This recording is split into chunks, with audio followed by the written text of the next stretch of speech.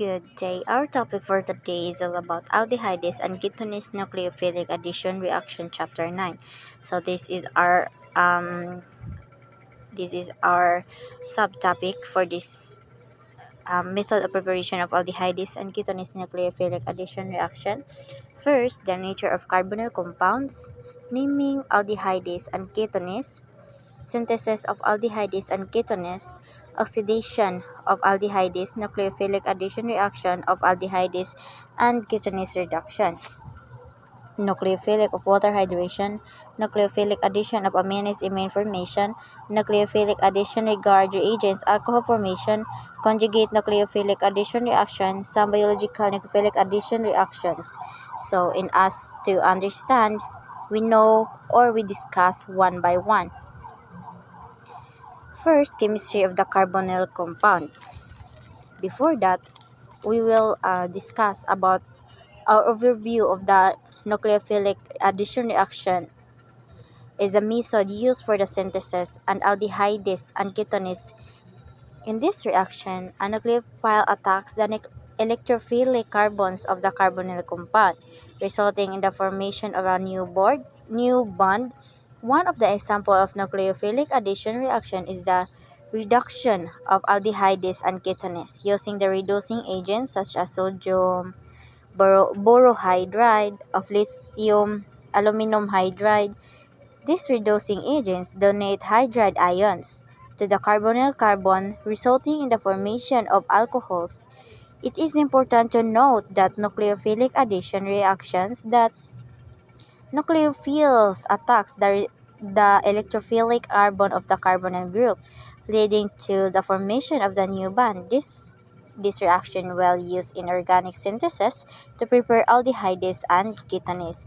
And as to understand, we will discuss one by one. First, our subtopic is the chemistry about the nature of the carbonyl compounds. When we say the nature of the carbonyl compounds is the organic compounds that contain a carbonyl group. So this is the carbonyl group, which is the carbon atom double bonded to an oxygen atom.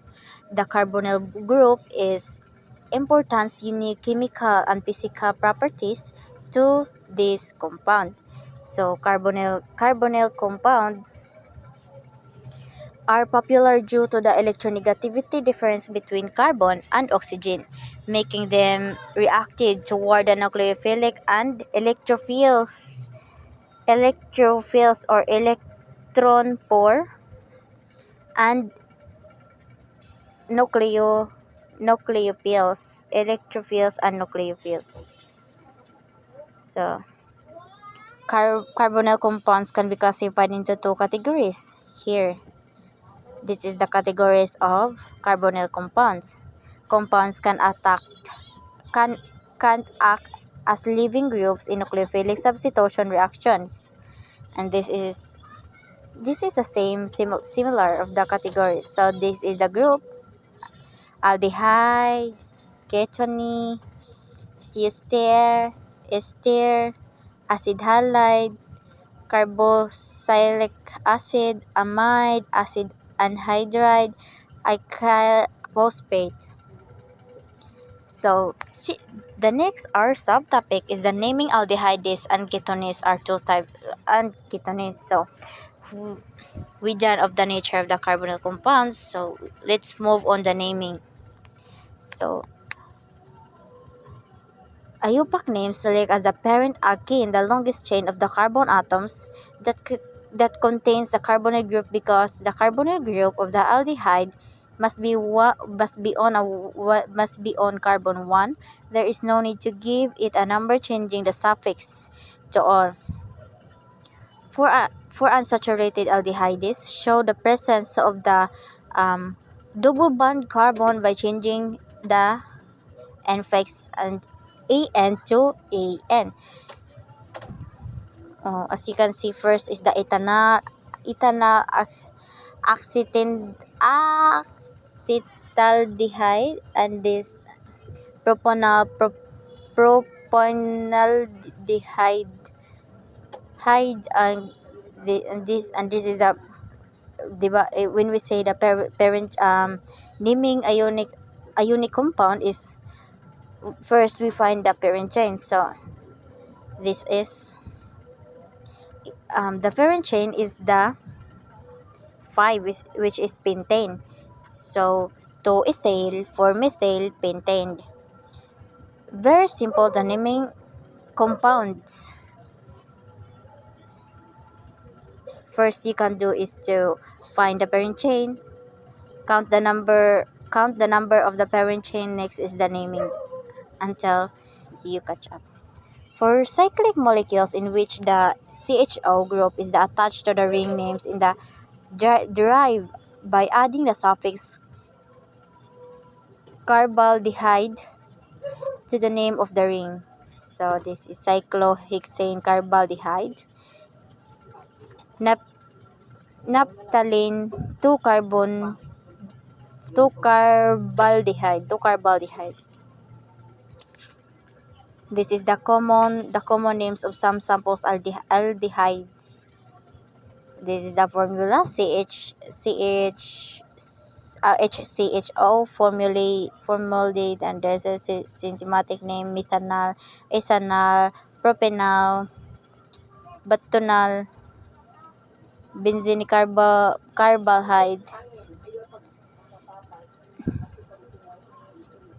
The functional group of the ketone is the carbonyl group, bonded in the 2 carbon atoms. IUPAC name select the parent alkene, the longest chain, the contents of the carbonyl group, changing the suffix A to 1 number to give the double C double bond O the smaller number.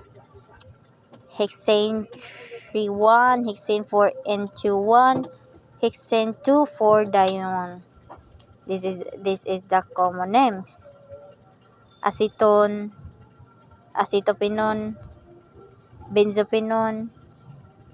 When it's necessary, the core group is the substituent. The general term alkyl is used. An alkyl group, acetyl. This is the form. An example of this naming here. Functional group, suffix representation. So this is the common names. The naming aldehydes and ketones are two types of carbonyl compounds. Aldehydes have the carbonyl group at the end of the carbon chain, while ketones have it on the middle. When say middle,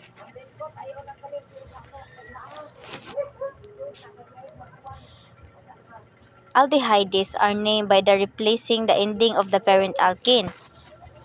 Parent alkene. Okay, there are parent alkene here. Parent alkene. The carbon chain is the number to give the carbonyl carbon the lowest possible number.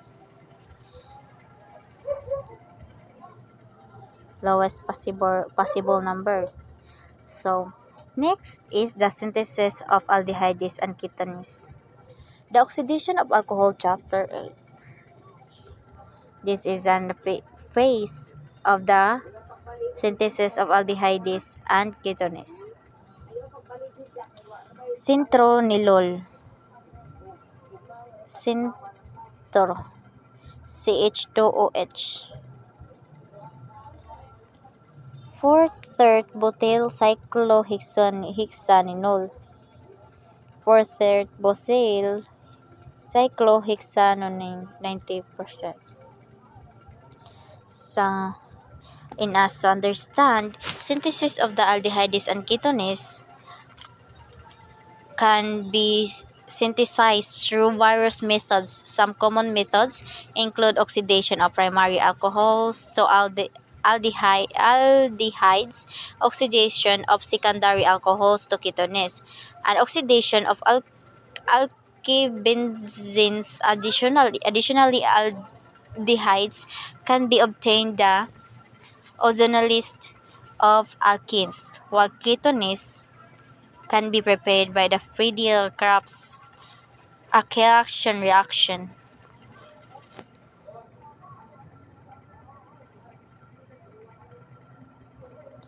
The fiddle crab's accretion of aromatic ring. Acetyl chloride, acetopenone, benzene, acetopenone 1, I did 1, 2, 3, 4, 5, 6, pinone 6,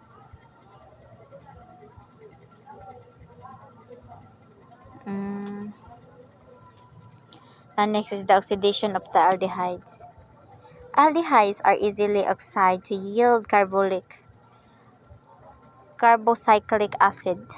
Ketones are unreactive toward oxidation. Hydrogen, this here, hydrogen. Hydrogen and aldehyde, a carboxylic acid. Ketone, not hydrogen here. So this is the changing phase. Here is the hydrogen. Next,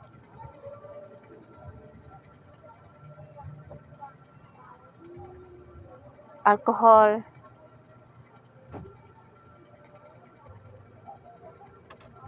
and this is our akinetonin. So there is no reaction.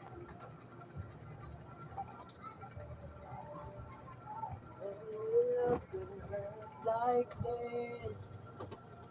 That's something.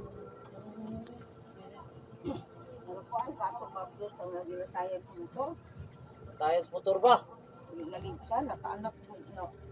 Gilagayan ko na sa ligid ko niya, nalugwa ang Di bata. matomotor? Ha?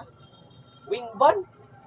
Wingban? Oxidation of aldehydes Oh. can be further oxidized to carboxylic acids. This oxidation from the aldehyde groups, resulting in the formation of the carbonyl Limungawan ba? carboxyl group. Carboxyl group. Oxidizing of the agents such as potassium, permanganate, or chromic acid are commonly used of this purpose.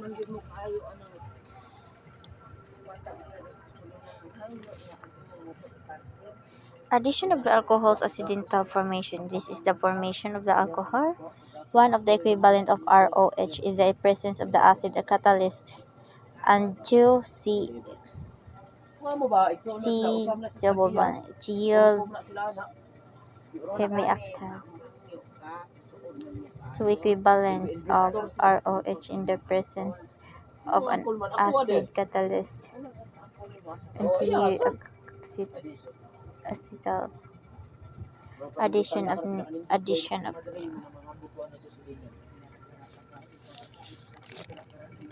Karaon kay ko.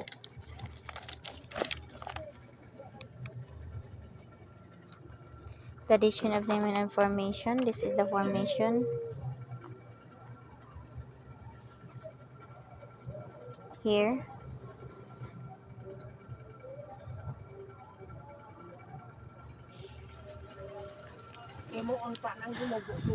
React with the primary amines to the form. This reaction is known as amine formation.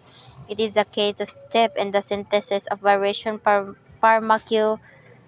pharmaceuticals and natural products. The amine product can undergo further reaction to form secondary amines or undergo hydrolysis or reagents the carbonyl compound. So treatment of the aldehydes of ketones regard to the reagent yields an alcohol, a carbon magnesium bonds is surely polarized, so a Grignard reagents reacts for all practical purposes.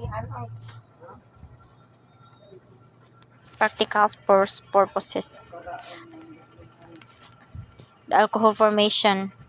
The nucleophilic carbons of the Grignard reagent attacks the nucleophilic carbon of the carbonyl compound, forming a new carbon carbon bond.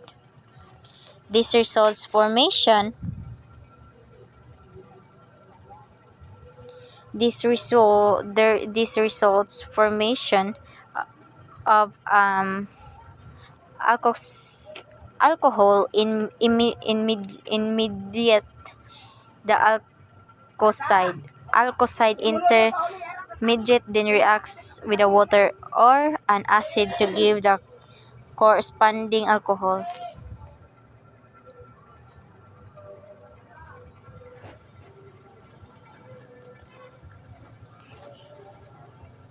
Here I represent an alkyl or aryl group derived from the carbonyl compounds. It is important to note that the Grignard reagents are highly reactive and sensitive to the moisture and air. Therefore, the reaction must be carried out under the anhydrous and insert conduction, such as using a dry solvent and excluding moisture and oxygen.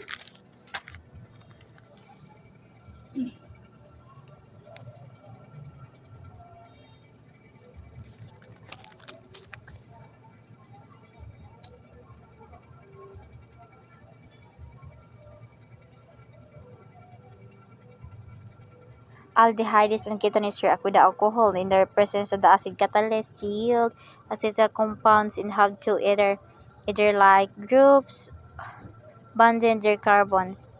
Acid formation or relevance add water. Acetyl formation involves the acid catalyst nucleophilic addition of the alcohol of the carbonyl group.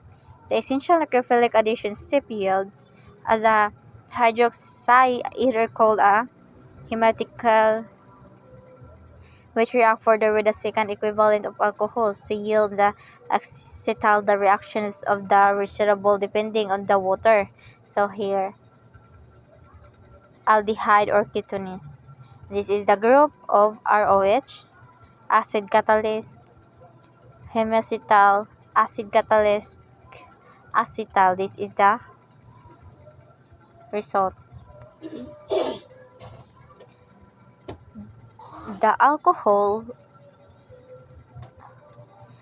is protonated by an acid, making it a good leaving a group. An electron pair on the group moves toward carbon, expelling water, and the giving positive and giving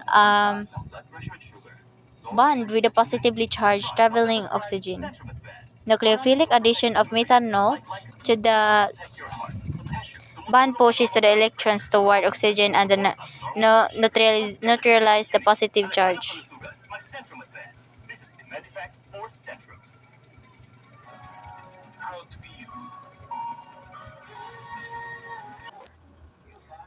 Nucleophilic addition of amines information, ammonia and primary amines.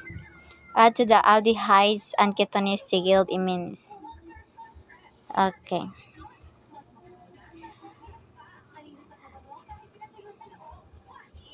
Nucleophilic addition amines formation is known as amine formation is a key to step in the synthesis of various pharmaceuticals and the natural products. The amine products can undergo further reactions to the form product. Secondary amines undergo hydrocatalysis to generate the carbonyl compounds. So here, amino acids are synthesized and degraded, reducing amines.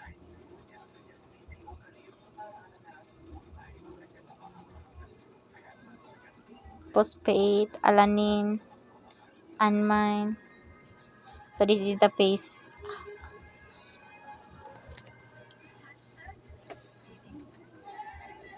So you need to shift if did not stable. So the stable carbon is the third degree carbon cations. That's a stable. Needs the conjugate nucleophilic addition reaction. This is the last sub. This is the second to this is the second to the last subtopic that can we occur the carbon of a carbonyl compounds which is the adjacent of the carbonyl. So in saturated aldehyde of ketones, double bond between the so-called of carbon next to the carbon group, and the carbon is more electron poor and more electrophilic than a typical alkenes bond.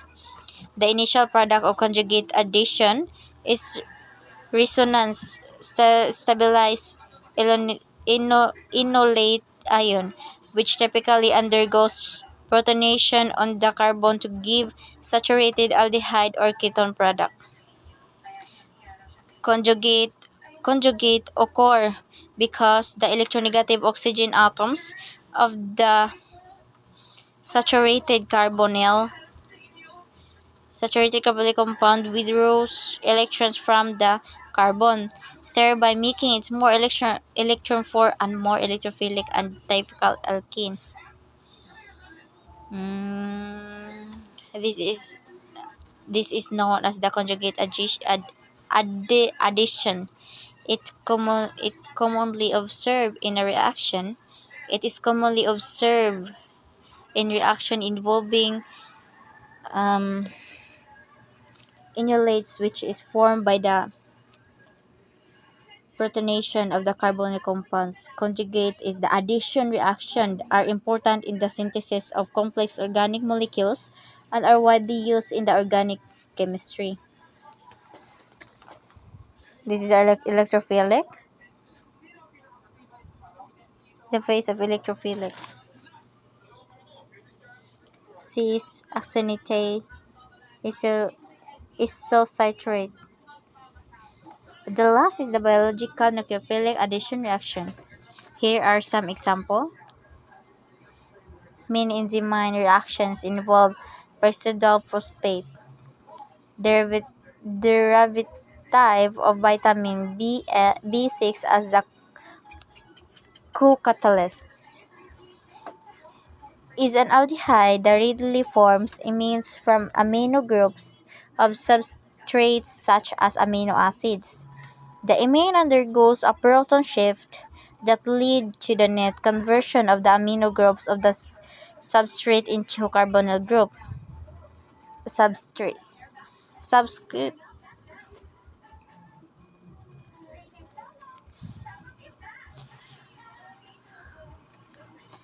Biological nucleophilic addition reaction is play in the various biological process.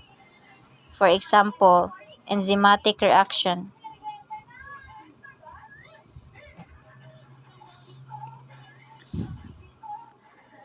Nucleophilic substrates to the active sites of the enzymes is a common mechanism. This allows for the formation of the new bond and the synthesis of the complex molecules. Additionally, nucleophilic addition reaction are involved in the metabolism of dyes and toxins in the body, where they can lead to the detoxification or activation of these compounds that can involve of the peroxidyl phosphate. It also forms in the binases from amino groups.